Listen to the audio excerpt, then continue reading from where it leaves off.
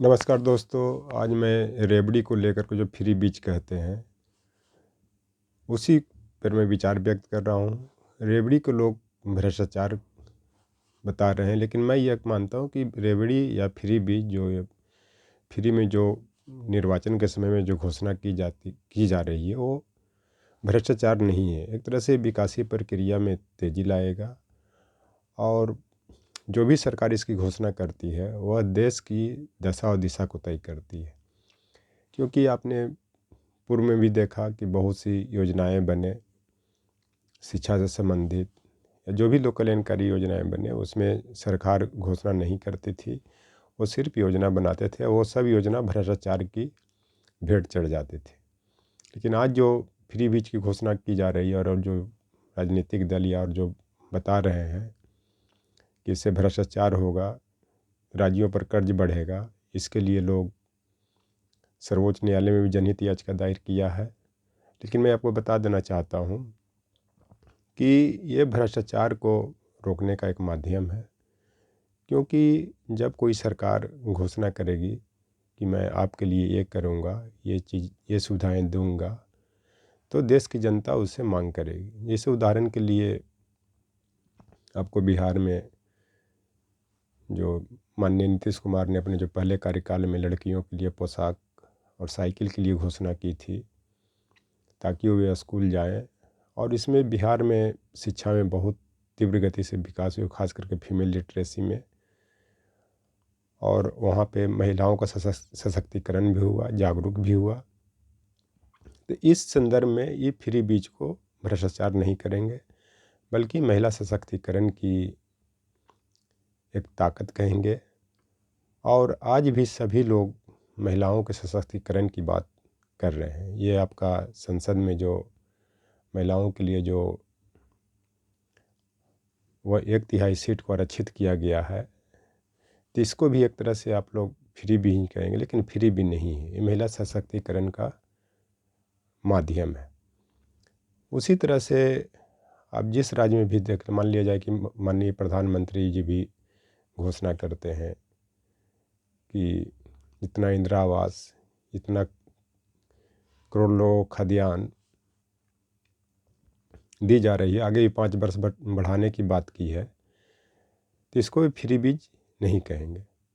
क्योंकि ये human rights का भी ये मामला है कि आदमी को ज़िंदा रखना है। चूँकि इन्होंने असमय लॉकडाउन लगाया, लॉकडाउन के कारण बहुत क्या लगभग सब लोग बेरोजगार हो गए, खाने के लिए मोहताज हो गए। तो उनको जीने के लिए एक सब्सिडी के रूप में देना ज़रूरी है, ताकि अपना वो भोजन का प्रबंध करके आगे की रास्ता देखें। उसके बाद जो भी आपको रेहड़ी पटरी वाले को जो सहायता सब्सिडी दी जा रही है, उसको भी रेवड़ी नहीं कहेंगे। मान लिया विकसित संकल्प भारत यात्रा का जो आयोजन किया जा रहा है, तो क्या वो भी फ्री बीज है? नहीं। ये सब एक योजनाओं की जानकारी देने की बात है, एक सशक्तिकरण की बात है, एक आगे देश की दशा दिशा को तय करने की बात है। इस चलते इसको कोई गलत सेंस में नहीं ले, क्योंकि एक तरह से ही भ्रष्टाचार पर रोक ही लगाएगा। क्योंकि पिछले दरवाजे से ये लोग सब भ्रष्टाचार करते थे, देश की जनता कोई घोषणा नहीं करते थे, और विकासीय प्रक्रिया सिर्फ पेपर पर ही रह जाता था। लेकिन आज की जनता, देश की जनता, भारत की जनता जागरूक है, अवेयर है, तो इस सब चीज़ों को डिमांड करेंगी, चाहे जिस जिस स्टेट में हुआ है।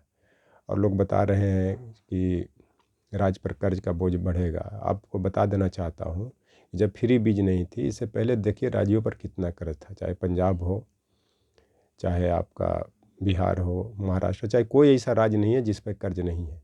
लेकिन कम से कम अगर वे कर्ज पे जा रहे हैं तो देश की जनता की तो भलाई तो हो रही है। जैसे मान लिया जाए कि केजरीवाल जी ने दिल्ली में बिजली पानी पर सब्सिडी दिया, महिलाओं के लिए बस फ्री किया, तो इस स्थिति में दिल्ली वालों की आर्थिक स्थिति बहुत मजबूत हुई है। क्योंकि महिला की यात्रा फ्री होने से एक जगह से 5 जगह काम करते हैं।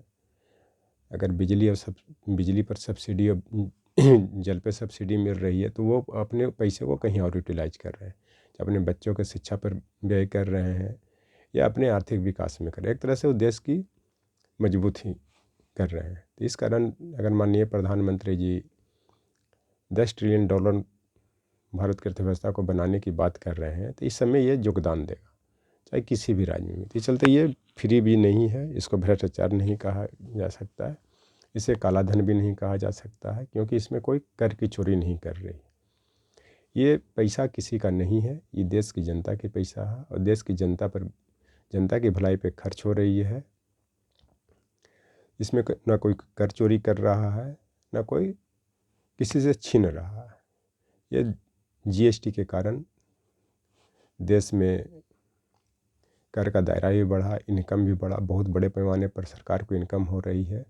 तो सहायता अनुदान देना चाहिए। ये राज्य के नीति निर्देशक तत्व जो भारतीय संविधान के भाग 4 में वर्णित है, उसमें भी उल्लेख किया गया है कि सरकार देश की जनता को कल्याण के लिए, सामाजिक आर्थिक राजनीतिक न्याय के लिए धन खर्च कर सकती है।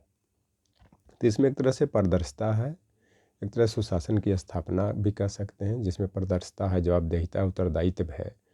चूँकि पारदर्शिता इस कारण है कि जो चीज़ घोषणा कर दी जाती है उसको उनमें करना पड़ता है। दूसरी चीज़ की जवाबदेही भी सरकार की बनती है कि जब आपने घोषणा किया है तो इसको पूरा करें। इस चलते इसको फ्री नहीं करेंगे, फ्री बीज नहीं कहेंगे, रेवड़ी नहीं कहेंगे, क्योंकि निर्वाचन पूर्व कोई भी पार्टी घोषणा करती है तो एक दूसरे पर आरोप लगाते हैं कि भ्रष्टाचार को बढ़ावा देगा या ये राज्य की आर्थिक स्थिति कमज़ोर करेगी, देश की आर्थिक स्थिति कमज़ोर करेगी। इससे कुछ नहीं है कि आर्थिक स्थिति कमज़ोर होगा, सामाजिक आर्थिक स्थिति कमज़ोर होगी, क्योंकि ये पैसा कहीं ना कहीं किसी को विकासीय प्रक्रिया में जा रहे हैं, चाहे वो लैपटॉप दें या बस फ्री करें या और इस तरह की जो संभावनाएं, जो आप योजनाएं की घोषणा करती हैं, ये देश की आर्थिक समृद्धि को ही बढ़ावा देगा। इस चलते इसको भ्रष्टाचार नहीं करें, शिक्षा उन्मूलन में सहयोग करेगा।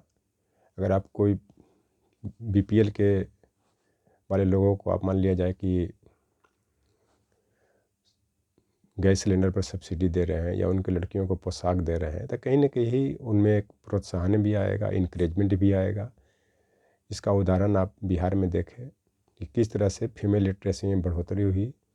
हर कोई ऐसा घर नहीं अब बचा होगा कि जहाँ की लड़कियाँ शिक्षित नहीं होंगी और रोजगार की ओर उन्मुख नहीं होंगी। तो इससे जो देश की जो अर्थव्यवस्था मजबूत होगा, क्योंकि जब तक महिलाओं की भागीदारी, लड़कियों की भागीदारी देश की अर्थव्यवस्था में नहीं होगी, भारत विकसित देश नहीं बन पाएगा। तो इस कारण इसको भ्रष्टाचार नहीं करें। तो एक चीज़ मैं बता देना चाहता हूँ कि जहाँ तक इंसान की सोच होती है, सिर्फ वहाँ तक सफलता की खोज होती है। मेरा कहने का मतलब है कि जहाँ तक इंसान अपने आप को सोचता है, वहीं तक वो सफलता तक ही पहुँचता है। क्योंकि ये भी कहा गया है कि अगर मान लिया जाए कि कोई कहता है कि मैं हूँ, मैं बनता हूँ, मैं ये हूँ, तो उसका सोच से ही वो बनता है। और उसमें सबसे बड़ी सोच जो है उसका सॉइल होता है। सोल मतलब होता है आत्मा होता है। आत्मा पीस की बात करता है, लब की बात करता है। लब है सांप्रदायिक सौहार्द की बात करता है। तो एक तरह से जब लोगों में बराबरी आएगा, अगर लोगों में खुशहाली आएगी, तो उसमें प्रेम भावना भी बढ़ेगा, देश के प्रति भी बढ़ेगा, देश की जनता के प्रति भी बढ़ेगी, जलन नहीं होगी, तब ये देश की विकासीय प्रक्रिया भी समृद्ध होगा। इस चलते जैसा सोच बनाएंगे वैसा व्यक्ति बनेगा, वैसा देश बनेगा। तो रेवड़ी भी एक सोच बदलने का माध्यम है, गरीबी दूर करने का माध्यम है, सशक्तिकरण करने का माध्यम है। क्योंकि इसमें कोई चोरी नहीं कर रहा है। देश की जनता के पैसा देश की जनता पर ही खर्च की जा रही है। ये चलते इसको भ्रष्टाचार नहीं करें। दूसरी चीज़ एक चीज़ मैं बता देता हूँ कि आप यदि अतीत को याद कर हमेशा परेशान रहते हैं, तो भविष्य का निर्माण आप कभी नहीं कर सकते। अगर आप ये सोचेंगे कि अतीत में भारत में गरीबी थी, पैसा नहीं था, तो आज स्थिति नहीं है। क्योंकि आज टैक्स के दायरे में बहुत लोग आए हैं। यहाँ तक कि 176 लाख करोड़ तक एक महीना में जीएसटी से टैक्स आ रहा है। अतीत में ऐसा नहीं होता था, पैसा की कमी थी। लेकिन आज जब पैसा देश में आ रहा है, सरकार के पास आ रही है, देश की जनता की पैसा आ रहा है, तो इसको खर्च भी देश की जनता पर करना चाहिए, ताकि देश की जनता समृद्ध हो, मजबूत हो, सशक्तिकरण हो, इसलिए इसको लोग गलत अफवाह नहीं उड़ाए, इसको सकारात्मक दृष्टिकोण सोचे, बशर्ते कि इस रेवड़ी को ईमानदारी से लागू करने की ज़रूरत है। अब इसे बहुत बड़े पैमाने पर देश में विकासीय प्रक्रिया भी तीव्र हुआ है, चाहे शिक्षा को लेकर के हो, चाहे लड़कियों की शिक्षा को लेकर के, उनके सशक्तिकरण के लिए हो।